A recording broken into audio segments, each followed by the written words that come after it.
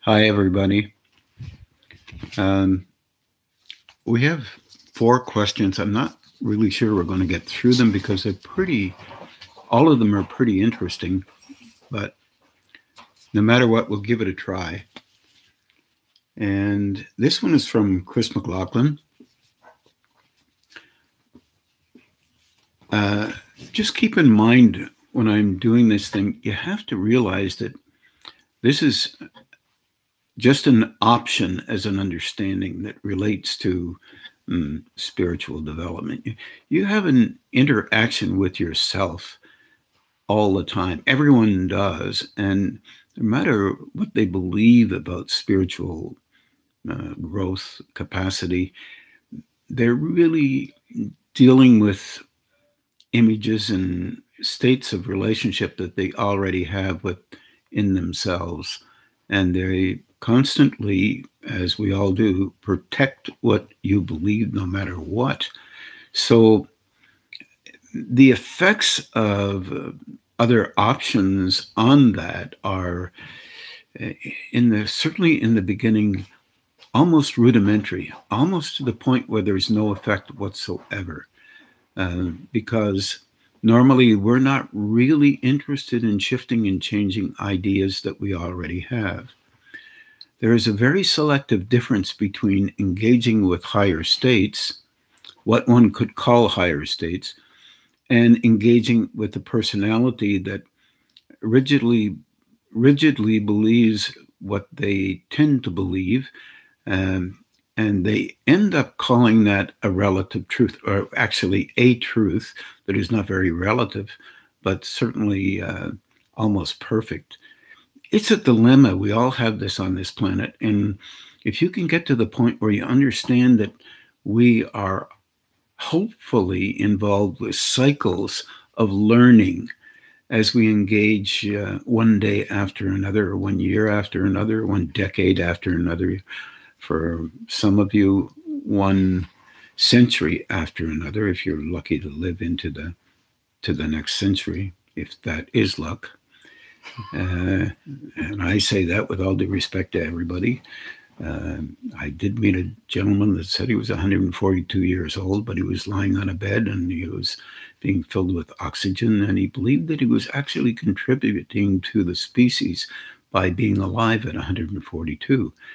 And actually, the truth is, I believe that that was true because he was emanating a certain frequency organization within the chakra system or the soul system or the Zephyrotic system that had an impact on the whole of the species in some particular way. Species doesn't do very much of anything different than what it's already involved with. That's a really dangerous thing to come out of anybody's mouth, because we believe we're so independent from the species. Most of the time we're not. And our culture is involved with what it seems to think is the only thing it needs to be involved with. We're in a dilemma. Thankfully, we don't know it. And our dilemma is that we believe that one individual cannot affect the species at all. I think that's a big frustration for us all. And we also believe that how we are, no one else on the planet is. Only we are it. One of the most other fundamental dangerous ways of thinking. In fact, we have large groups of people who are very similar to us, and in the millions, small amounts, perhaps, in the scheme of things. And if you count all the people that have been kicking around for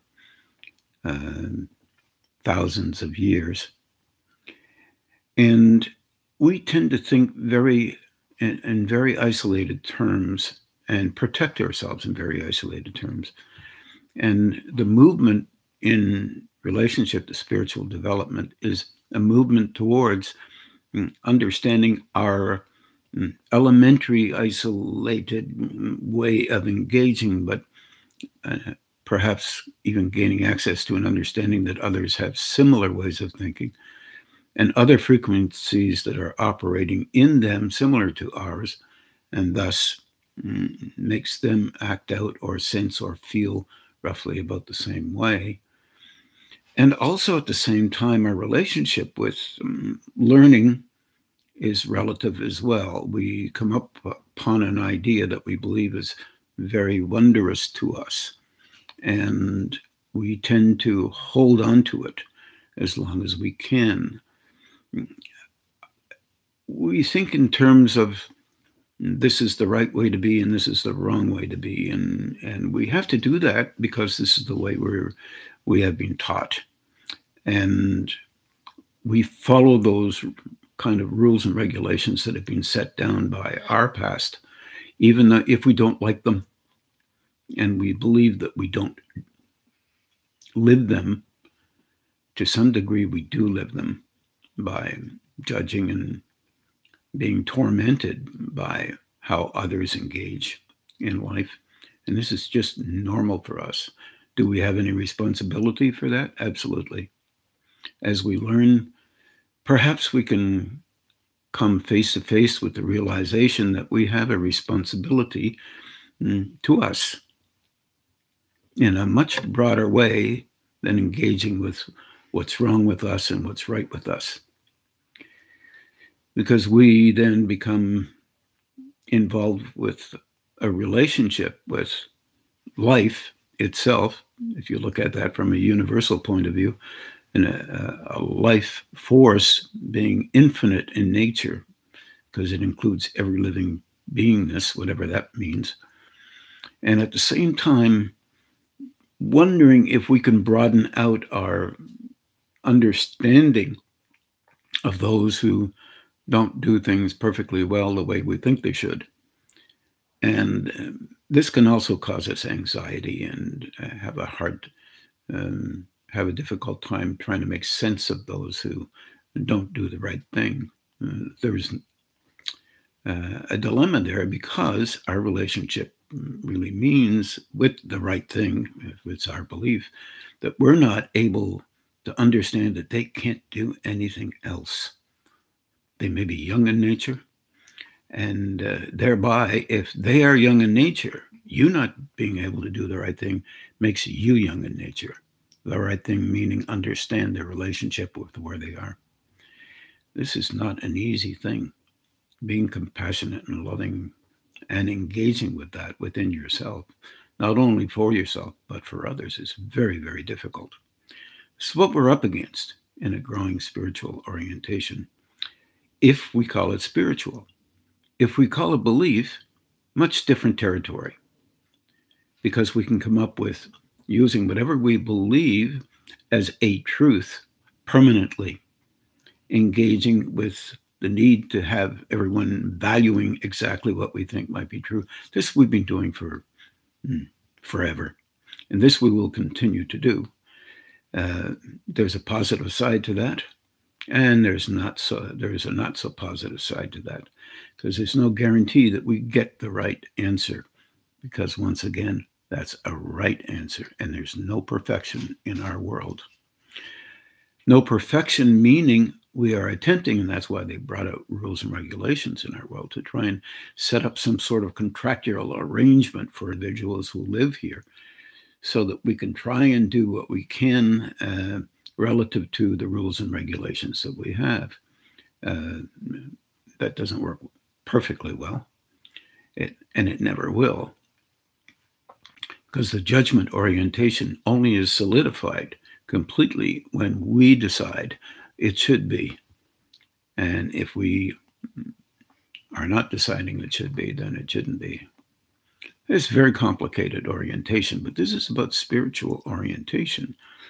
And spiritual orientation is considered from a physical, an emotional, and a mental orientation.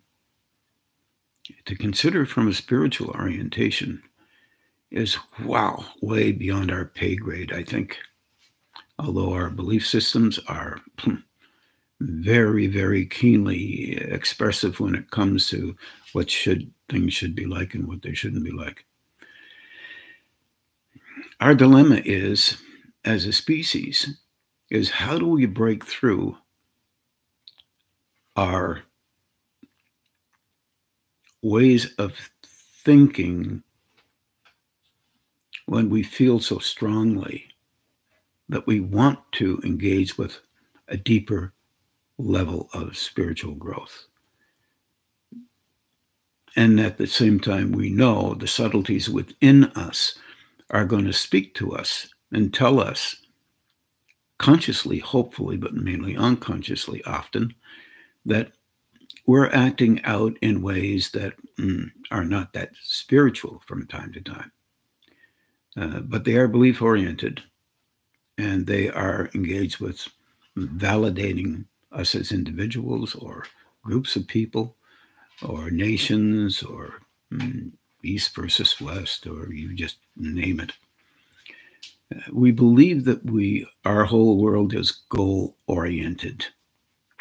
And I think in the early days of existence, goal orientation is a key to enabling us mentally, emotionally, and physically to move towards something that allows us to see differently, but not perfectly. And seeing differently means that we can be more tolerant of people who are different than us. But at the same time, we're pulled internally by the nature of what we think has to be true based on how we have engaged with the world for a time, or what others believe have to be true, and we've taken on those beliefs. So I should try and maybe talk a little bit to this idea that Chris is relating to. She asks, can you speak about the role the brow plays when you become aware of a state change? Well, this is an incidental, which is important because in her question, because the individuality of an act of understanding deeper than what you could perceive before or understand before is engaged with the mind, the mental focus, emotional focus, the physical focus. We often split these things in as if they're separate, and they're not so separate. Or you could look at it from a different perspective and say the brain is quite physical. The nervous system is quite physical. Endocrine gland system, very, very physical. And it is responsible for a lot of internal reactions that we call emotions. And the self-protective aspects of these emotions, which we often call responses intellectually. But also at the same time, there's an engagement with what we look at, what we tend to think about. And as I'm talking about it, think about anything, even what I'm saying, and see if you don't use or utilize a kind of focus in the headspace. You don't have an emotional reaction to protect some subtle way of thinking that you already have, that you don't have an additional concept come into your mind that you believe might be important to gauge your relationship with what I say with, so that you can begin to, perplexingly enough, consider something slightly different than what I'm talking about. This is the nature of us.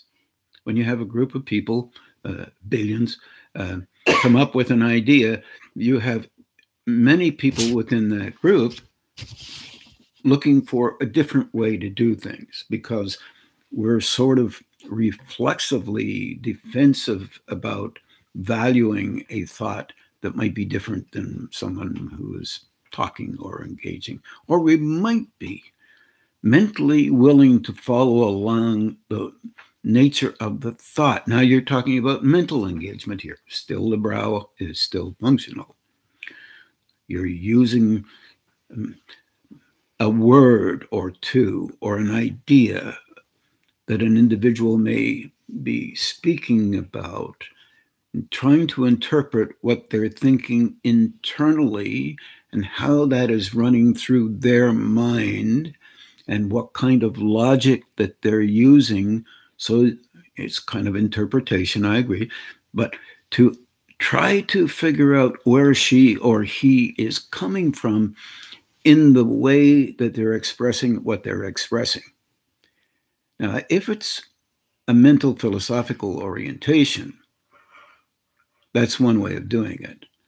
When you have a belief system that you're protecting in your own right, then you will come up with a reflex reaction that is trained habitually to be there for a particular purpose. You're still using that way of doing it. You're thinking either reflexively or in a considerable logically consideration of what is being going on. Or physically, you might be reacting emotionally right in the body about what they're saying because you don't agree with, because your belief system doesn't agree with what she or he is saying.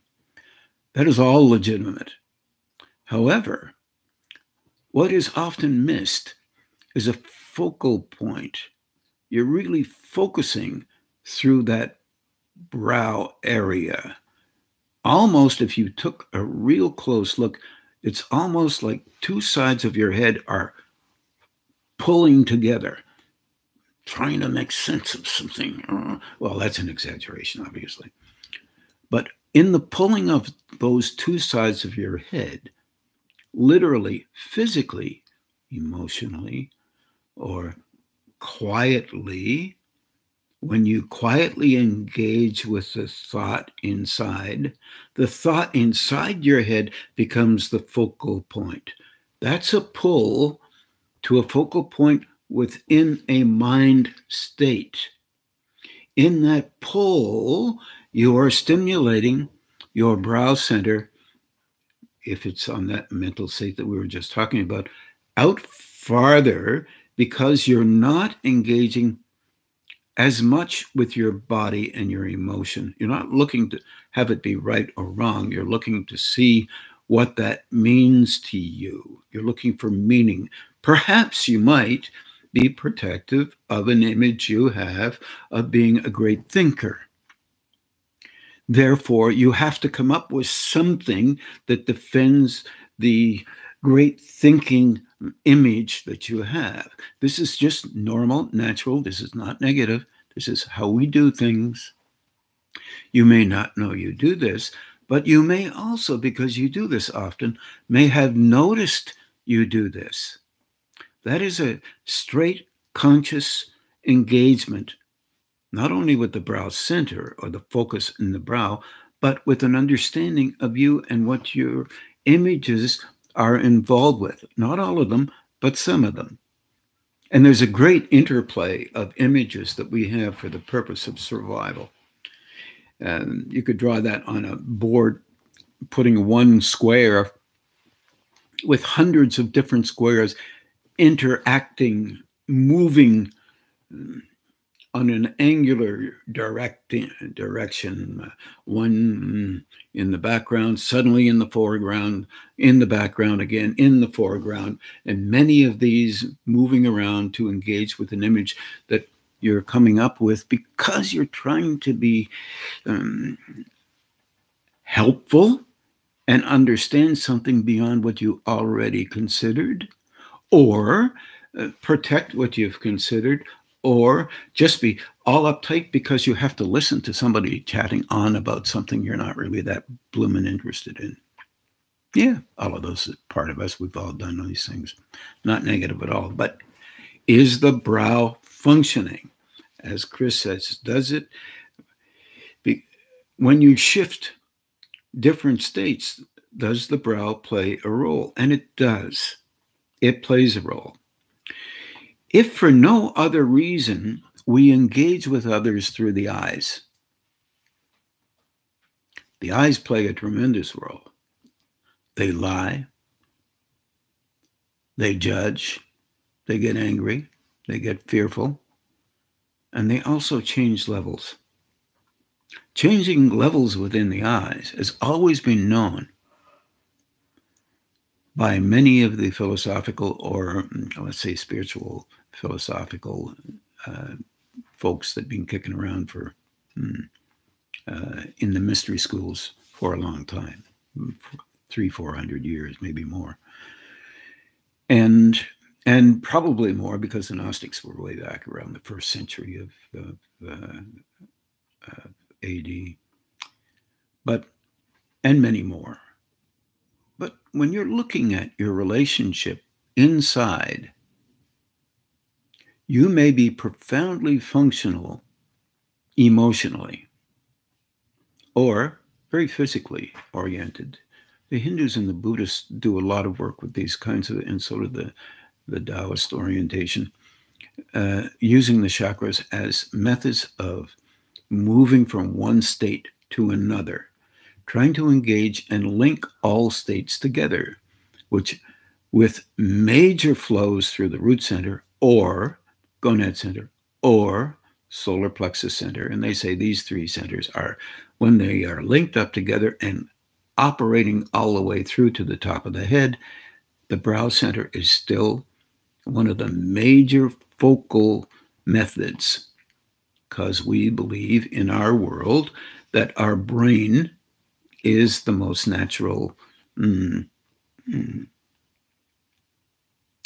coordinator of a way of any, in many ways, of living life.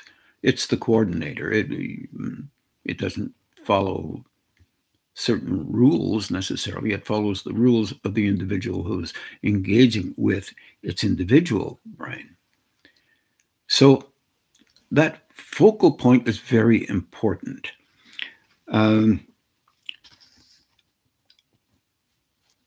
She also asks, are there different levels within the brow, emotional and mental state? And I think I've tried to talk a little bit about that. And that we become aware of when there is a shift in state. Actually, it's very strange, but most of the time, an individual is focused personally. Not because they're rude, arrogant, negative, positive, perfect, blah, blah, blah. But because there's a relationship, literally, very strongly affixed to what makes us tick. We have a nervous system and a brain. That's us. Oh, yeah, then we have the other things, the accoutrements that go with it, the endocrine gland system helps us to be a better sensor, to have a focus internal that relates to sensing the world, making sure that our participation in it and our defense against it is noted by a conscious awareness, whether it be reflexive, unconscious, or conscious, or whether it be respectful of anything else or disrespectful of everything else and only respectful of ourselves. It helps us to basically survive. The word is underlined in helps. There's no perfection in this. It's often thought by many because they're smarter, they can survive better. No, they can defend a lot better. And that's legitimate. That's what we do. We pick a way to engage and we defend it, or we relate to it and try to go a little bit deeper than what we have constructed. Therein lies the rub. If another state entry occurs, in other words, if you open, and Dawn of Oldness has a question related very much to what I'm talking about now. If you open to another state,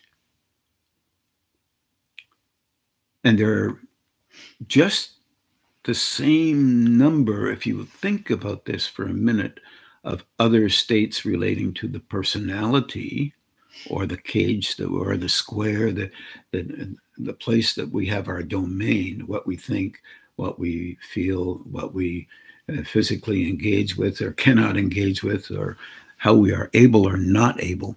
All of those things are us. Not only the good ones, the not so good ones, or let's say the ones we don't do well with.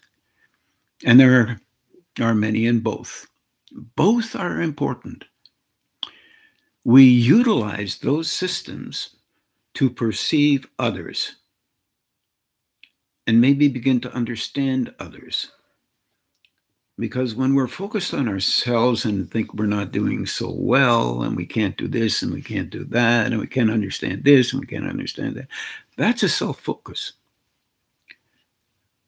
Not negative, but it's a focus on the things that we do not understand about ourselves. We cannot solve a problem. We cannot engage with the problem to come up with a perfect answer. That's called engaging with and growing through territory that we believe needs to be shifted or changed. In others, definitely. In ourselves as well, from a different perspective. But nonetheless, we see others first, then we go for ourselves. Any kind of change in others or self is not because of negativity. It's because of youthfulness. We're a growing species, a learning species. If we can allow ourselves to learn, then maybe we can allow ourselves to pull back and pause and try to understand a little bit, because we're included in the relationship that we have while we're engaging with, let's say, call it a movement towards a different understanding, one less self-focused or spiritualized, one could say. One could say that. Our dilemma here is that if we open into a level that is beyond this level, in 1 second or 1 minute or 30 seconds or 3 minutes or 10, we are noting reflexively what is there. We're not engaging necessarily.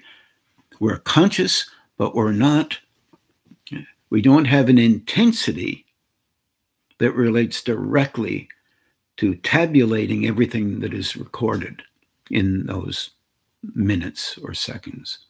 What occurs is it is recorded automatically in a mental facility, emotional facility, physical facility, brain and nervous system, that will not forget the occurrence. If it's physical, you'll never forget it. If it's emotional, you'll remember the responses. If it's mental, and if it's in, for example, the world of dreams or the world of, let's say, mental structure, we sometimes will forget it, but it will return because there's an imprint there. And it'll take one tiny little event to help us to re-see or re-perceive what we have perceived before. It will be perhaps in context or out of context altogether. It's related to a vibration not to necessarily a memory. It's state dependent, vibrational level, as opposed to I remembered that. In some cases, you cannot forget. It's so profoundly, strongly indelibled in our mental, emotional facility, physical facility. Whether we like it or not, all of those three systems that are there create a kind of personality base. And you see through that, whether you like it or not. But also, those higher states are right inside you because you're using them for a purpose of engaging with life. But you're using them differently than someone else may use them because they can't use them any other way. So you can't use yours any other way than you will allow yourself to use them. That sounds like you're in charge and control, but you're not. You have an unconscious reflexive response mechanism for the engagement with life that you need to have based on the structures that you've already cultivated. When you look inside those structures, you are looking, if you hear the word looking, in fact, you're kind of think looking or feel responding, emotional responding in a memory or a recognition of something that has occurred, and you felt that response that another has, and you know how difficult that response is. And you quickly either want to get rid of that response so you don't have it, or you might realize that that person is doing the same thing and they can't do anything other than what they're doing. But you think that they should do better than you did. They cannot, or they may do it differently. If they do it differently, there's all kinds of other things at play, you and your version of how you are versus them and all the rest of the stuff that goes on. These are all legitimate. These are just the way we do things. How can you counteract that? You can bring your focal point into a state that allows you to try and understand their inability based on their cultural background, based on their belief of how they think things should be, and try to invest a small little bit of time in helping others perhaps to think the way you do, if that's what you believe might be helpful. And sometimes it is, no doubt about it. But if you spend all the time focusing in your mind in a negative manner, you will begin to focus in a negative manner more and more and more and more. It will not be helpful. And you will reach out to have negativity in that focus when all you want is a more positive return for your focus. This is not simple. This is complicated. We are all complicated. Nobody gets this stuff right in any area. But we're just attempting consciously to learn. But, whoa, just a minute, Ron. We're attempting to learn, yes, but by now we should know. No, not really. Not really. Look back in history.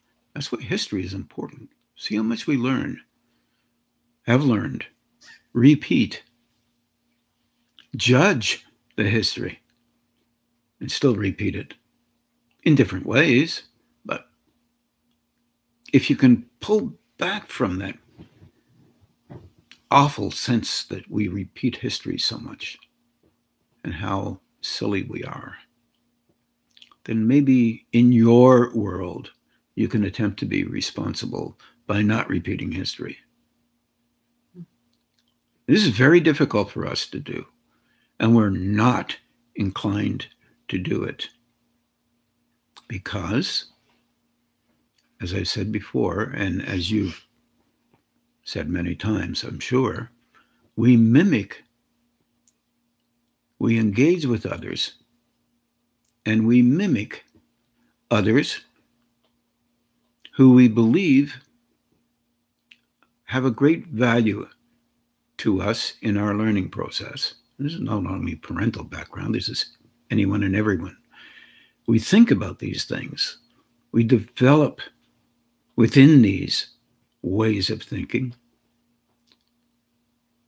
And we continue on to do the same thing all through our lives.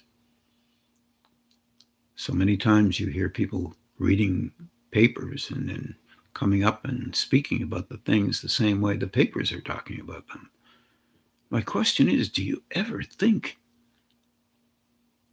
that what is written isn't necessarily valuable, as valuable?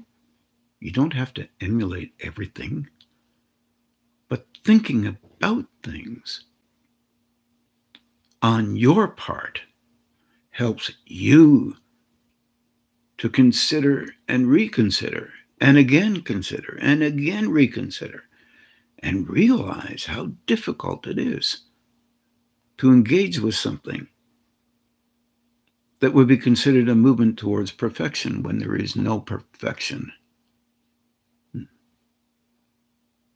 related to so many topics, all of life. But we are good copycatters.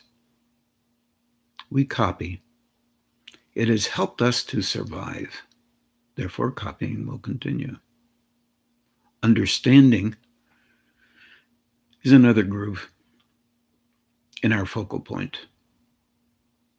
A very, very broad, highly developed brow center might see the personality of itself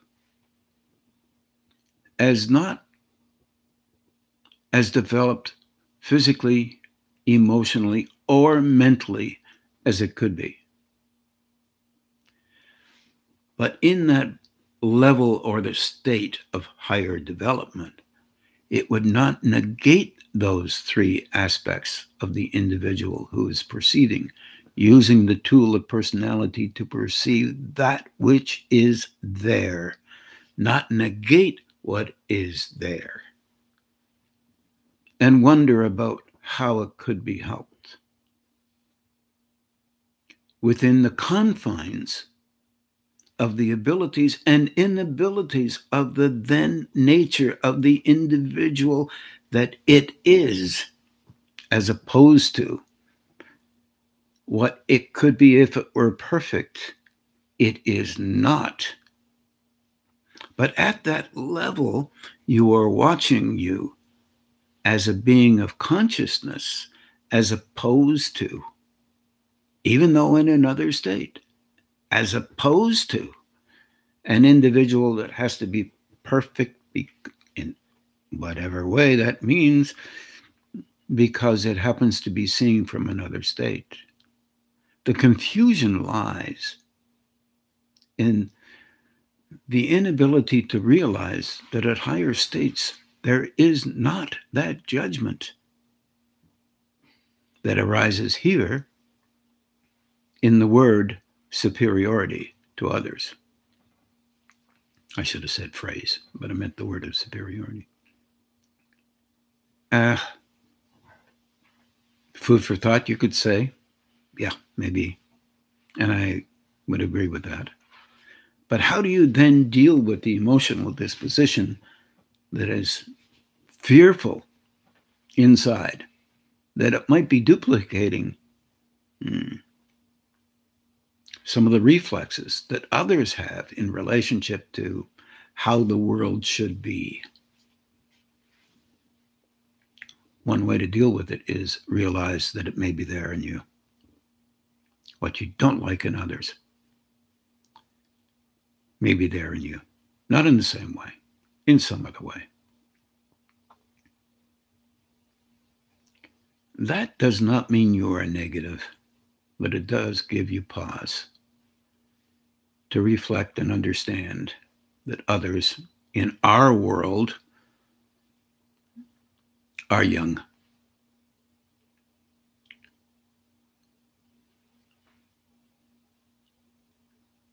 This is very difficult.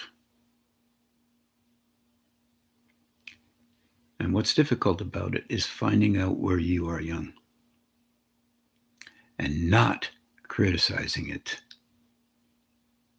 but knowing there is a way of engaging with that is a higher state way.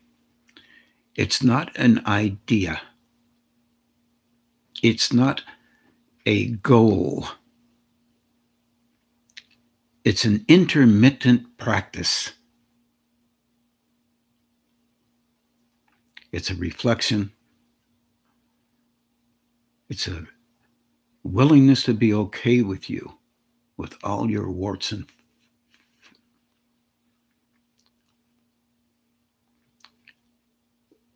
fables. This is extremely important to the brow center.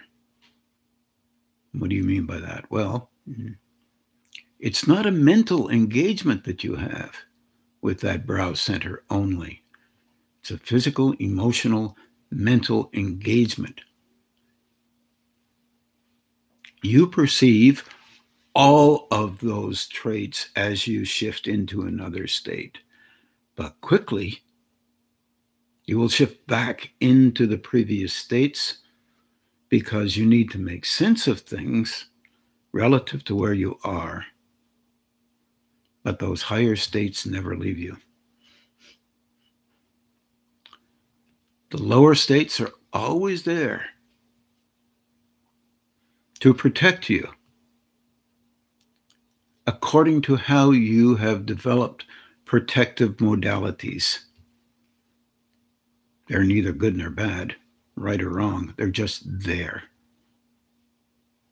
Very hard to allow that to be considered as a viable consideration. That means all beliefs that you have are only partly true. Today, tomorrow, just some you don't even bother with. Other beliefs get broader, and you say, my goodness, why didn't I think this before? Well, you couldn't think of it before, or it might have been there, but it wasn't the same. Can mental beliefs be emotionally primarily? Emotional primarily, yes, they can. You can be mentally engaged, but emotionally engaged at the same time, so that your focus is on the emotion, validating your relationship with what you think. That's hard because if you believe you're all alone, I think this is part of Sonia's and part of Ian Reimer's and part of Donna Voldens's orientation. The concept of being alone in the world becomes very interesting. It's not always the same for everybody, but there is an instinct of an engagement with frequencies, certain frequencies. And the old traditions, there are some old traditions that say all will frequencies. I'm not sure I totally subscribe to that, but nonetheless, it seems to be true sometimes, seems not to be true others. Depending on your state of reference, how your personality is constructed, the images that you have, all the rest of it, you will feel like you came to the wrong family. I once was in a scenario where there was a few hundred people, and I asked this stupid question: how many people feel as if they were born into the wrong family and they're on the wrong planet. 90% of the people put their hand up. This is not an unusual situation for those who have an engaging will that believe that somehow they could be helpful to a level of consciousness that is not quite consciously aware of itself. And at the same time, being consciously aware of itself, it doesn't negate itself. It just begins to recognize the kind of structure that it has, that it is equipped to have based on the nature of how it was developed in this particular lifetime, or the impacts of other lifetimes within its purview, the system that it already believes is the only one that is important to itself. Very difficult questions to ask, and I've tried to cover some material in some of these things. If you just, for a second, Barbara Newport says, increased growth can bring the unconscious to the surface. We will resist seeing it and protect it more. Or we could also say we may resist seeing it. And it's based on the image structures that we've already constructed unknowingly this is primarily unknowingly. So there's no blaming attached to these things. In the Christian, Hindu, and Buddhist orientation, and the Muslim and Hebrew orientation, that fear construct is really something that is involved with all of us. And we tend to think that we have to protect ourselves so that we can maintain the same image, because no one would know us if we didn't have it. In fact, everyone would know us. And if you tend to move away smoothly from something, it doesn't mean you will never engage with that something again. It means it will be more intermittent. But if you have increased conscious awareness, you'll see it more often. You need to remember, perhaps, that your conscious awareness has increased somewhat.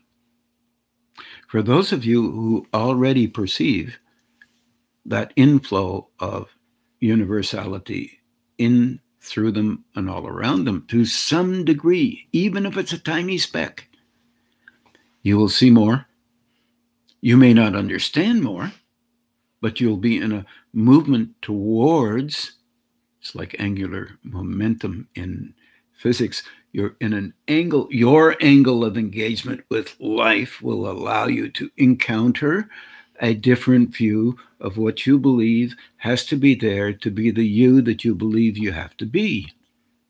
Try that one with marbles in your mouth. See how that one works. Well, it's the same in real life.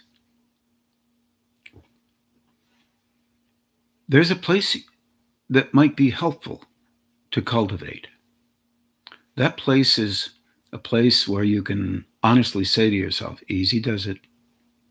I'm trying to see this broader than I can. I'm trying to understand why it would be normal for me to be this way or that way. Even if it appears negative from your present way of thinking, it didn't always appear negative at all. It was the only thing that you believed was viable. You see these things through a kind of relationship with your brain and your nervous system. Yeah, the endocrine gland system. You're responding like a sensor again to the internal view, external consideration. So in and out, you're trying to find a balance. Normally, often most people do the outside thing. They protect themselves externally from others based on, or agreement with others based on what you currently think should be or not be. The internal workings of you, the perception of a broader engagement with existence, is just as feasible because of the method the internal nervous system allows you to negotiate a recognition, an allowance within to note how you are responding internally and question whether that would be how you learned and you're reacting towards it, or would that be a response based on something just is not about perfectly right here, which nothing is, by the way. So there's the added question. Is it important for you to be okay with you? Yes, I'll answer that. No matter what. Here's the second question. How can I broaden out my relationship with me, not only seeing more, but engaging beyond where I can allow myself currently to do so? Because you're not always the way you are in any specific moment. No one is. But when you point your attention, your conscious attention at something, you instinctively bring in energy to that particular focal point, whether it be love, happy, not happy, devaluation of others, yourself, I don't care. Isolation, it doesn't matter. You pull in that direction. What occurs if you move the needle a little bit and begin to do something slightly different? You happen to notice then the direction that you're pointed in more than the one you were in before. Don't worry. The one you were in before is magnetically charged by your intention, your intensity, and it will pull you back and forth. The recognition that you can have that can occur can also allow you to move in another direction, but it will be like walking uphill at a 60-degree angle when you haven't practiced to get your body, your emotions, and your mind in shape for it. This is normal. You are not negative. Absolutely not. You are a being of consciousness, and you're in a movement towards moving beyond the states of engagement that are normal for you because you're becoming more conscious, and into a state that allows those structures to be the way they are, yet you may not be in full 100% agreement with them because they're really uncomfortable. Now, what I'm calling uncomfortable is the realization that you're seeing things external from you and internal that you don't like to be involved with 100% of the time. Then don't be the best you can.